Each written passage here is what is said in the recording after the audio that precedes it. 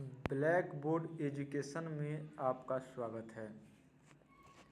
आज का टॉपिक है रेडियो एक्टिविटी चैप्टर से और यह ऑब्जेक्टिव क्वेश्चन है जो कि प्रतियोगिता परीक्षा के लिए बहुत महत्वपूर्ण है और यह रेडियो एक्टिविटी का सेकंड पार्ट है। इसके पीडीएफ को डाउनलोड करने के लिए आप हमारे टेलीग्राम को ज्वाइन करें। जैसे पहला क्वेश्चन है 34 नंबर कि सोडियम 11 और इसका मास दिया है 22 से एक बीटा कण या किरण उत्सर्जन के बाद बनने वाला पदार्थ है। तो एक बीटा कण के निकलने से एक परमाणु संख्या बढ़ता है, तो इसका ए आंसर हो जाएगा। एक बार और स्पष्ट कर देते हैं कि एक बीटा किरण निकलने से परमाणु संख्या में एक वृद्धि होती है, एक यूनिट की वृद्धि होती है। जैसे इसका परमाणु संख्या सोडियम का 11 होता है और मैग्नीशियम का परमाणु संख्या 12 होता है। अब कह रहा है 35 नंबर क्वेश्चन, 92 जो एटॉमिक नंबर है, यूरेनियम 236 इसका मास दिया हुआ है और यहाँ पर यूरेनियम का द्रव्यमान दे दिया है 224 और एटॉमिक नंबर दे रहा है 87 में कितने अल्फा और बीटा कण उत्सर्जित होंगे। तो इसका आंसर हो जाएगा डी। और इसको स्पष्ट इस प्रकार करेंगे, तो एक अल्फा कण निकलने से परमाणु संख्या में 2 की कमी होती है, यानी कि 2 यूनिट की कमी होती है। तो यह 3 अल्फा निकलेगा, 3 अल्फा किरण निकल जाएगा। तो 92 में से 6 जाएगा, चूँकि एगो अल्फा पर 2 की कमी हो जाती है, तो 3 पर 3 दूनी 6, तो 92 से 6 जाएगा तो हो जाएगा 86। और एगो बीटा किरण निकल रहा है, तो एक बीटा किरण के उत्सर्जन से इसमें एक बढ़ोतरी हो जाएगा, तो 86 1 87, इसलिए इसमें आंसर डी सही होगा। उसके बाद 36 नंबर क्वेश्चन कहता है यदि किसी रेडियोधर्मी पदार्थ की मात्रा को दुगुना कर दिया जाए तो रेडियोधर्मी क्षरण की दर, माने पूछ रहा है कि इसके दर पर क्या प्रभाव पड़ेगा। तो इसका हो जाएगा ए, अपरिवर्तित रहता है। उसके बाद क्वेश्चन नंबर 37 है कि यदि फिर यूरेनियम है, इसका एटॉमिक नंबर 92 है और इसका द्रव्यमान 238 है, विघटित होकर 91 माने एटॉमिक नंबर Pa और 234 का द्रव्यमान हो तो कितना जैसे अल्फा और बीटा कणों का उत्सर्जन होगा। तो इसमें एक अल्फा और एक बीटा कण का उत्सर्जन होगा। तो अब इसको भी समझ लीजिए, एक अल्फा कण के उत्सर्जन से, चाहे एक अल्फा किरण के उत्सर्जन से 2 कम हो जाएगा, तो ये हो जाएगा 92। और चूँकि एगो बीटा है तो एगो बढ़ जाएगा, तो 92 में से 2 कम हो गया तो 90, और 90 में एक बीटा है तो बढ़ गया तो 91, इसलिए इसका आंसर ए सही होगा। उसके बाद 38 नंबर क्वेश्चन है कि रेडियो धर्मी पदार्थ का अर्ध जीवन काल, मान आधा जीवन काल 70 दिन है, तो उसी पदार्थ का 1 ग्राम कितने दिन बाद 0.25 ग्राम रह जाएगा। तो इसके लिए एक फार्मूला है, पहले फार्मूला को देख लीजिए। फार्मूला है शेष मात्रा बटा कुल मात्रा बराबर 1/2 इसका पावर n। अब n है समय बटा अर्ध आयुकाल, माने दोनों टाइम ही है। ऊपर वाला टाइम छोटा टी से सूचित करते हैं और नीचे वाले टाइम को टी हाफ से सूचित करते हैं। तो यह दिया हुआ है, देखिए शेष मात्रा दिया हुआ है 0.25, तो ये लिख दीजिए 0.25। कुल मात्रा मान लेते हैं, मान क्या लेते हैं, दिया ही है 1 ग्राम, 1 ग्राम से हो जा रहा है 0.25, तो ये हो जाएगा 0.25 बटा 1 ग्राम। अब इसको कटाएंगे तो दशमलव हट जाएगा, तो बटा में 100 हो जाता है, तो 25/100 कट करके देगा 1/4, और यह हो जाएगा 1/2 का पावर n। अब 1/4 को हम लिख सकते हैं 1/2 का होल स्क्वायर, और ये हो गया 1/2 का पावर n।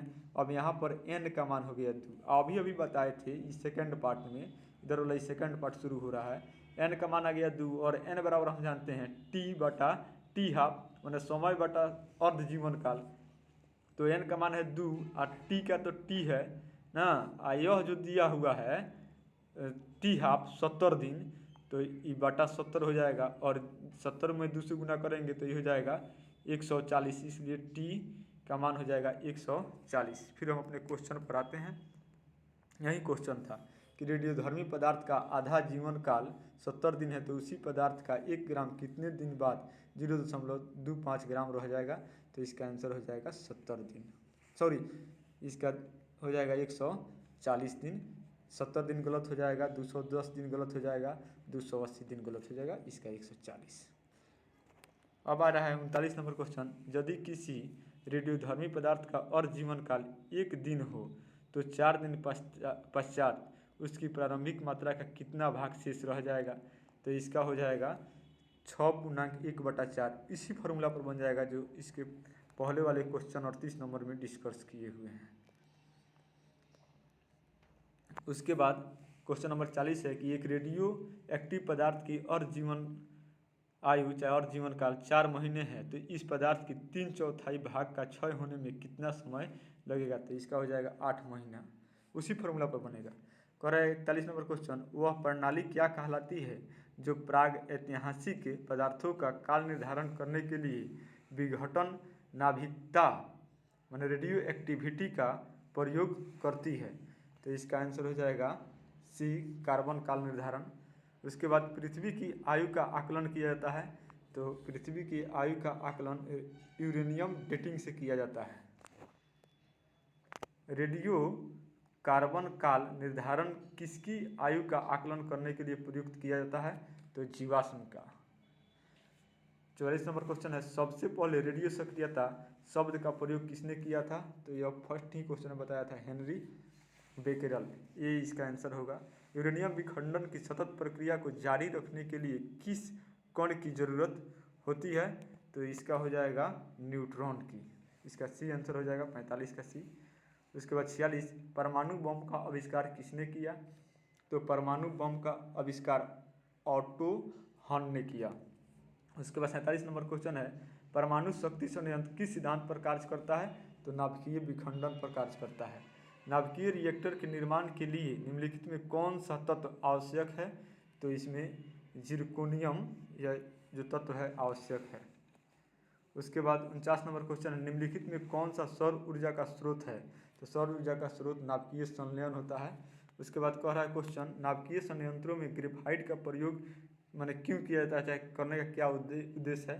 तो स्नेहक की तरह किया जाता है।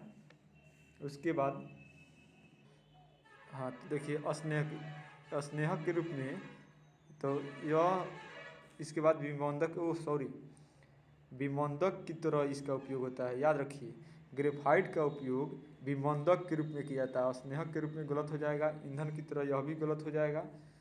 तो यह जो सी इसका आंसर है सही होगा, यानी विमोन्दक की तरह। एक बार और क्वेश्चन को सुन लीजिए, नाभिकीय संयंत्रों में ग्रेफाइट का उपयोग विमोन्दक की तरह किया जाता है। इसका सी आंसर सही होगा। उसके बाद कह रहा है, न्यूक्लियर रिएक्टरों में विमोन्दक और प्रशीतक दोनों की तरह कार्य आने वाला पदार्थ है। तो यह हो जाएगा भारी जल, हेवी वाटर। इसका D2O फार्मूला होता है। उसके बाद 52 नंबर क्वेश्चन है, रेडियोधर्मिता मापी जाती है।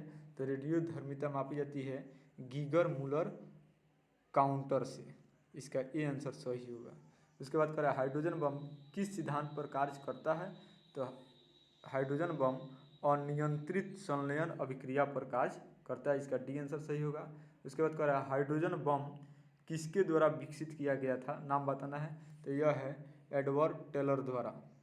उसके बाद क्वेश्चन नंबर 55 है, अति प्राचीन चट्टानों की आयु निर्धारण में किसका उपयोग किया जाता है। तो पोटासियम आर्गन डेटिंग का उपयोग किया जाता है। उसके बाद क्वेश्चन नंबर 56 है, निम्नलिखित रेडियो तत्वों में से किसका उपयोग मनुष्य के शरीर में रक्त प्रवाह की गति को मापन में किया जाता है।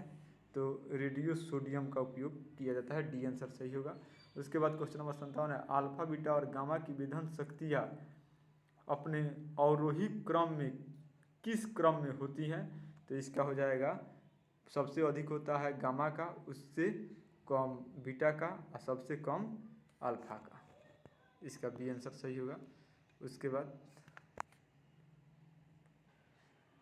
आप हमारे चैनल को शेयर करें, सब्सक्राइब करें। इसके लिए आप सबको धन्यवाद।